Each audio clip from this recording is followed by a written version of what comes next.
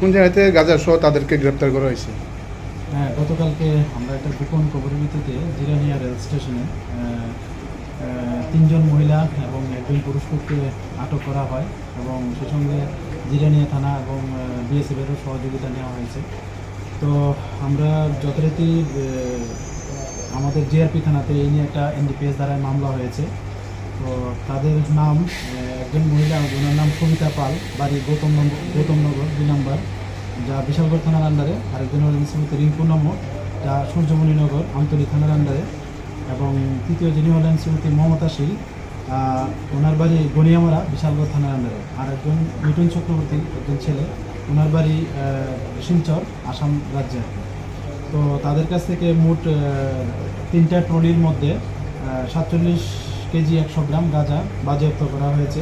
তো আজকে আমরা তাদের মহামান্য আদালতে প্রেরণ করছি এবং পুলিশ রিমান্ডও চাচ্ছি।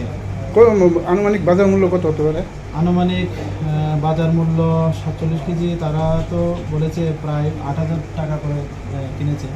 তো 4-32 তবে মনে হলে প্রায় 3.5 লক্ষ টাকার মতো হবে আনুমানিক। এই গাঁজাগুলি কোন জায়গায় নিয়ে যাওয়ার জন্য করা?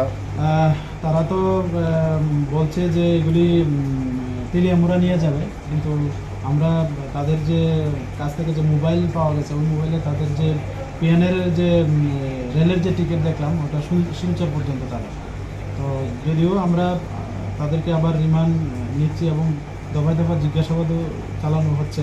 তো আরও দেখবো কি বেরিয়ে আসবে। গাঁজাটা কোথা থেকে এসেছে এটা কি জানা? তারা তো এখনও এগুলা ঠিকভাবে বলছে না, এক এক সময় এক এক বলছে। কেউ বলছে যে নিয়ে এসেছে, আবার কেউ বলছে যে কোনো জায়গা থেকে এনেছে, চিনে না তারা। তো আমরা এগুলিও দেখছি, খতিয়ে দেখছি। তাদের মোবাইল আমরা পেয়েছি এবং এগুলি ট্র্যাক করে নিশ্চয়ই আমরা নির্দিষ্ট জায়গাতে পৌঁছতে পারি।